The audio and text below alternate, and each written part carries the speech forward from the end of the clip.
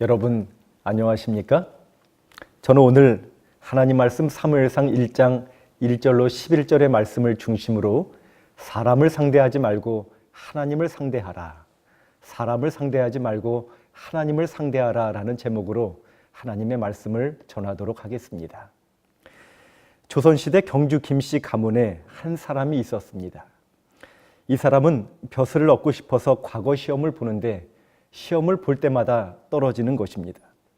못마땅하게 생각한 아버지는 그 아들에게 꽤 많은 돈을 주면서 한양에 가서 집을 얻어서 시험 준비를 하고 이 돈이 떨어질 때까지 합격을 못하면 아예 들어올 생각을 하지 말아라 하면서 아들을 한양에 보내게 됩니다. 이제 아들이 한양에 가서 시험 준비를 하는데 역시 시험만 보면 떨어지는 것입니다.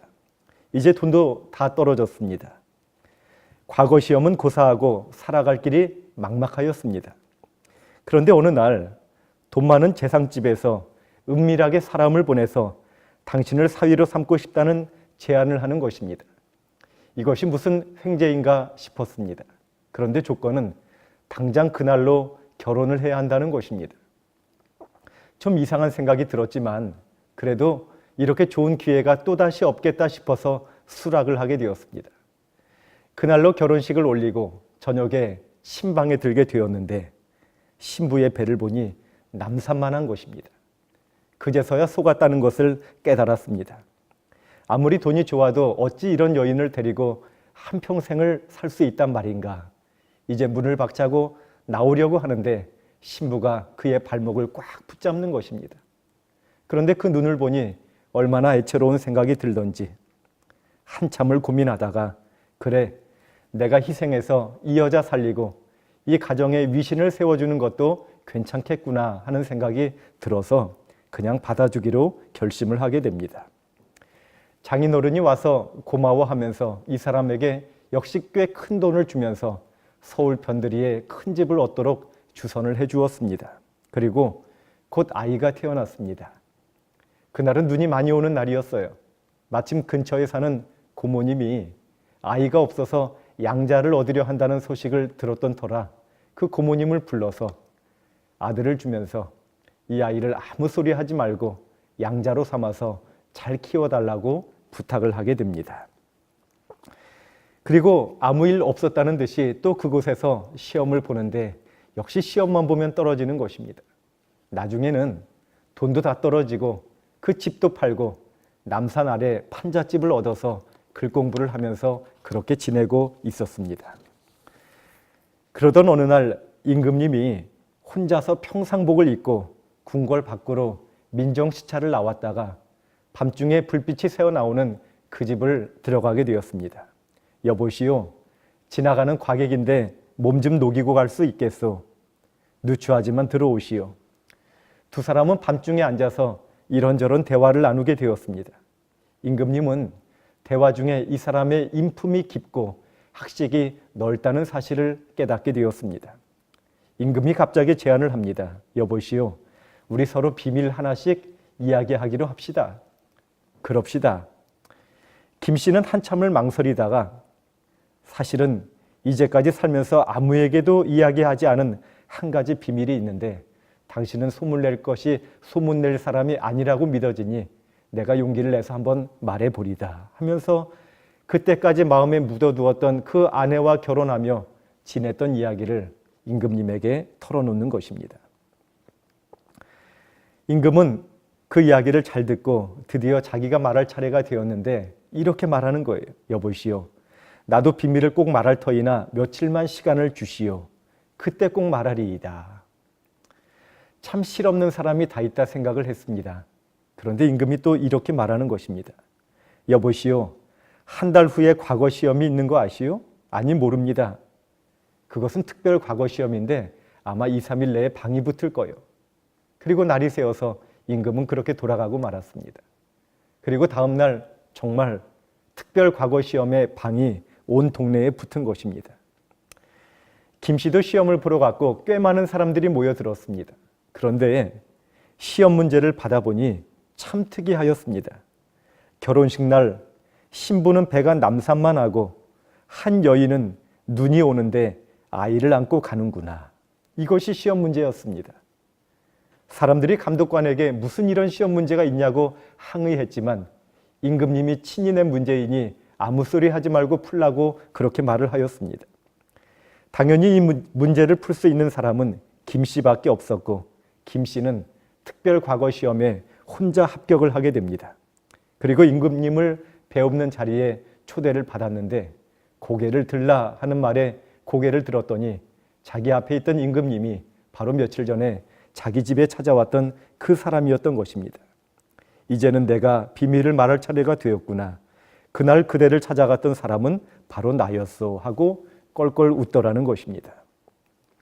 임금님은 신부와 신부집을 생각해서 그렇게 마음을 써준 그 선비의 마음이 참 갸륵해서 그를 위하여 특별 과거 시험을 열었던 것입니다. 여러분, 이렇게 해서 과거에 합격한 김 씨는 임금님의 특혜로 높은 벼슬에까지 오르게 되었고 나중에는 안동 김 씨의 조상이 되었다고 합니다. 안동 김 씨는 조선 말기에 12명의 정승과 3명의 왕비를 배출한 쇄도 가문이 되었고 여러분이 김삿갓으로 잘 아시는 김병현, 또 김옥균, 김좌진 선생도 안동 김 씨의 후손이었습니다. 우리가 김 씨에게서 배울 중요한 교훈이 있는데 그것은 자신의 사정을 다른 사람들에게 늘어놓지 아니하고 임금님에게 이야기했다는 것입니다. 그리고 임금님은 그 사정을 듣고 다른 사람이 해결해 줄 수 없는 그 문제를 친히 해결해 주었다는 것이지요. 오늘 성경 본문인 사무엘상 1장에도 김 씨처럼 자기의 사정을 사람에게 이야기하지 아니하고 임금님에게, 하늘 임금님에게 이야기함으로 해결함을 받은 한 여인을 소개하고 있습니다. 그 여인의 이름은 한나였습니다. 사무엘상 1장의 이야기는 이렇습니다. 엘가나라 하는 사람에게 2 아내가 있었는데 첫째의 이름은 한나였고 둘째의 이름은 브닌나였습니다. 남편인 엘가나는 첫째 아내인 한나를 더 사랑하였지만 한나에게는 약점이 있었는데 아이를 낳지 못하는 것이었습니다. 그 당시 농경사회 가운데 아이는 노동력과 군사력의 근간이 되었고 또 자녀를 통하여 대를 잇고 하나님께서 약속하신 장차 오실 메시아에 대한 기대감으로 기다리게 하는 희망의 통로가 되기도 하였습니다. 그래서 아이를 낳지 못하는 것은 하나님의 저주를 받은 것으로 여겨지던 그런 시대였습니다. 남편이 첫째 아내인 한나를 더 사랑하는 것에 질투심을 느낀 둘째 아내 브닌나는 한나를 괴롭히기 시작합니다. 사무엘상 1장 6절에 여호와께서 그에게 임신하지 못하게 하심으로 그의 적수인 브닌나가 그를 심히 격분하게 하여 괴롭게 하더라. 여러분, 여기서 격분한다는 말은 원어적인 의미로 자극하고 분노하게 한다는 말입니다. 아메리칸 스탠다드 버전은 이 말을 provoke, hurt, so, 아픈 데를 찔러서 자극하다 이렇게 표현을 하는 것입니다. 질투심에 사로잡힌 둘째 아내 브닌나는 한나의 약점을 계속해서 공격하고 그의 마음을 흔들어 놓았을 것입니다. 사무엘상 1장 7절 매년 한나가 여호와의 집에 올라갈 때마다 남편이 그같이 하매 브닌나가 그를 격분시키므로 그가 울고 먹지 아니하니. 여러분, 이 말씀을 보니 그 괴롭힘은 매년 반복된 것을 우리가 짐작할 수 있는 것입니다. 반복적으로, 지속적으로 이러한 정신적 괴롭힘이 한나에게 가해진 것입니다. 그래서 한나는 울고 먹지 않았다고 했습니다. 아마도 마음이 괴로워서 먹을 맛이 나지 않았겠지요. 한나의 마음이 얼마나 힘들었겠습니까? 여러분도 누군가로부터 상처를 받은 경험이 있으십니까? 누군가로부터 악의적인 말과 모욕을 받으신 적이 있으십니까? 그리고 그 괴로움으로 인하여 속이 상하여 밤잠을 설치신 경험이 있으십니까? 하나님의 백성들은 이러한 상처를 받을 때 어떻게 대처해야 할까요? 따지고 싸워야 할까요? 고소를 하고 소송을 해야 할까요? 여러분, 여기 한나가 그 괴롭힘에 대하여 대처한 방법을 한번 살펴보시기 바랍니다. 사무엘상 1장 10절 한나가 마음이 괴로워서 여호와께 기도하고 통곡하며 서원하여 가로되 만군의 여호와여 만일 주의 여종의 고통을 돌보시고 나를 기억하사 주의 여종을 잊지 아니하시고 주의 여종에게 아들을 주시면 내가 그의 평생에 그를 여호와께 드리고 삭도를 그 머리에 대지 아니하겠나이다. 여러분, 한나의 훌륭한 점은 억울한 일을 당할 때에 사람을 상대하지 않았다는 것입니다. 한나는 사람을 상대하는 대신에 하나님을 상대하여 기도하였습니다. 부조와 선지자 570페이지에는 이 상황을 이렇게 기록하고 있습니다. 한나는 아무런 비난도 하지 않았다. 한나는 이 세상 친구와 나눌 수 없는 고통을 하나님께 토로하였다. 사랑하는 여러분, 우리는 때때로 마음 상하는 일을 경험할 때에 누군가 나를 위로할 사람을 찾습니다. 누군가 나의 원통함을 들어주고 나의 억울함을 풀어줄 사람을 찾습니다. 그러나 대부분의 경우 사람들은 궁극적으로 나의 억울함을 잘 해결해 주지 못합니다. 아니, 오히려 사람에게 말한 것이 와전이 되고 증폭이 되어 오해가 생기는 경우가 훨씬 많은 것입니다. 사람에게 말하는 대신에 하나님께 아뢰시기 바랍니다. 한나는 사람을 상대하여 싸우는 대신에 하나님을 상대하여 기도하였습니다. 김씨가 그 속사정을 다른 사람에게 이야기하지 아니하고 임금님을 상대하여 이야기함으로 그의 인격의 보상을 받은 것처럼 우리도 하나님을 상대하는 사람으로 살아가야겠습니다. 그런데 여기 영감의 글에는 아주 특별한 표현을 우리에게 하고 있습니다.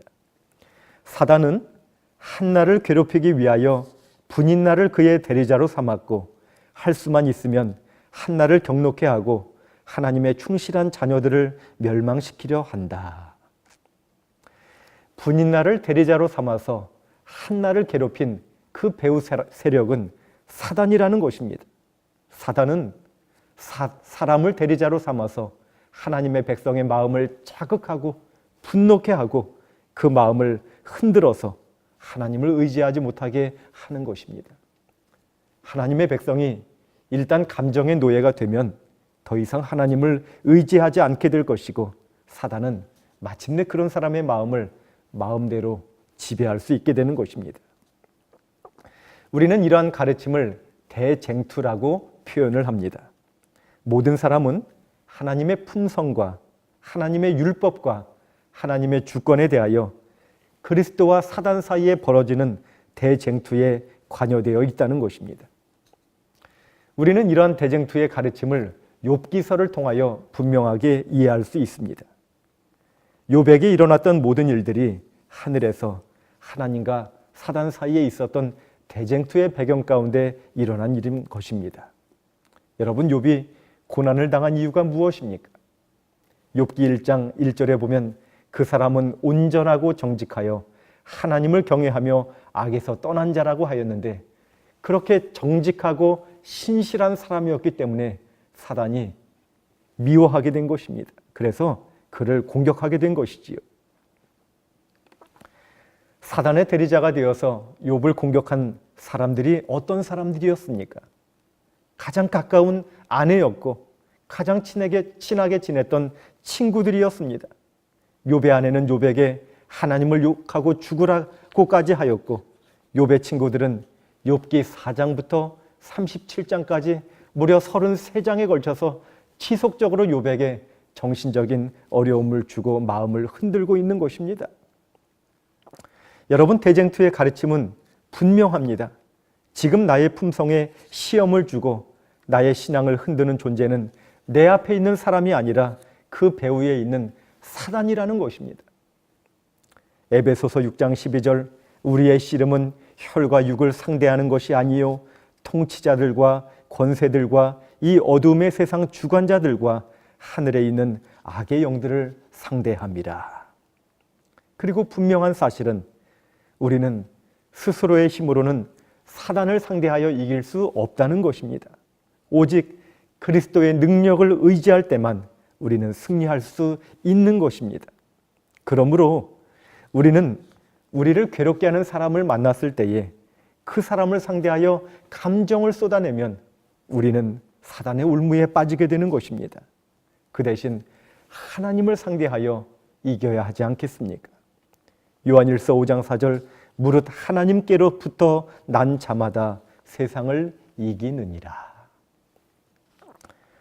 여러분, 신앙을 하다가 속상한 일 참 많이 당하시지요? 억울한 소리도 많이 들으시지요? 다 사단이 하는 일입니다. 사실 억울한 일 하면 우리 예수님만큼 많이 당하신 분이 어디 있겠습니까?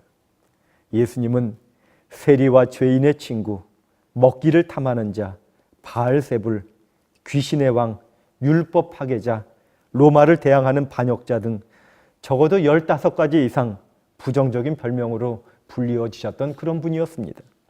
그리고 법정에서 가장 부당한 취급을 받으시고 멸시와 모욕을 견디셔야 했고 죄가 없는 분이시지만 극악한 강도들과 함께 십자가에서 죽으셔야 했습니다. 그런데 예수님은 그 가운데 한마디도 실언을 하지 않으셨습니다. 오히려 자기의 손에 못 박는 병사들을 향하여 아버지, 저들의 죄를 용서하여 주옵소서, 자기의 하는 일을 알지 못합니다 하면서 그들을 변호하는 기도까지 하셨던 것이지요. 예수님은 사람을 상대하는 대신에 겟세마네에서 간절한 기도로 하나님 아버지를 상대하고 붙들었고 마침내 승리를 경험하신 것입니다. 여기 영감의 글에는 이렇게 권면하고 있습니다. 예수께서는 모욕을 당하시고 놀림을 받으시고 거친 취급을 받으셨지만 응수하지 않으셨다. 잔인한 사람들에 의해 고통스러운 채찍에 상하셨으나 그분은 위협하지 않으셨다. 오로지 공의로 심판하시는 분께 그들을 맡기셨다.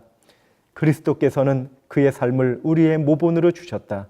우리가 당하는 멸시로 인해 마음이 들끓고 모든 손해에 대해 분개한다면 그분의 명예를 실추시키는 것이다. 우리는 보복의 정신이나 화를 쏟아내므로 영혼에게 상처를 입히기보다는 수백 번 잘못된 대우를 당하는 편이 더 낫다. 하나님께로부터 얻을 수 있는 힘이 있다. 그분께서 도우실 것이다. 그대가 믿음으로 구하기만 한다면 그대는 받을 것이다.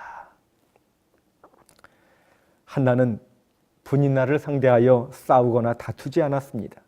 그 대신 하나님께 기도하였습니다. 사무엘상 1장 10절 한나가 마음이 괴로워서 여호와께 기도하고 통곡하며, 한나는 통곡하며 기도했다고 했습니다.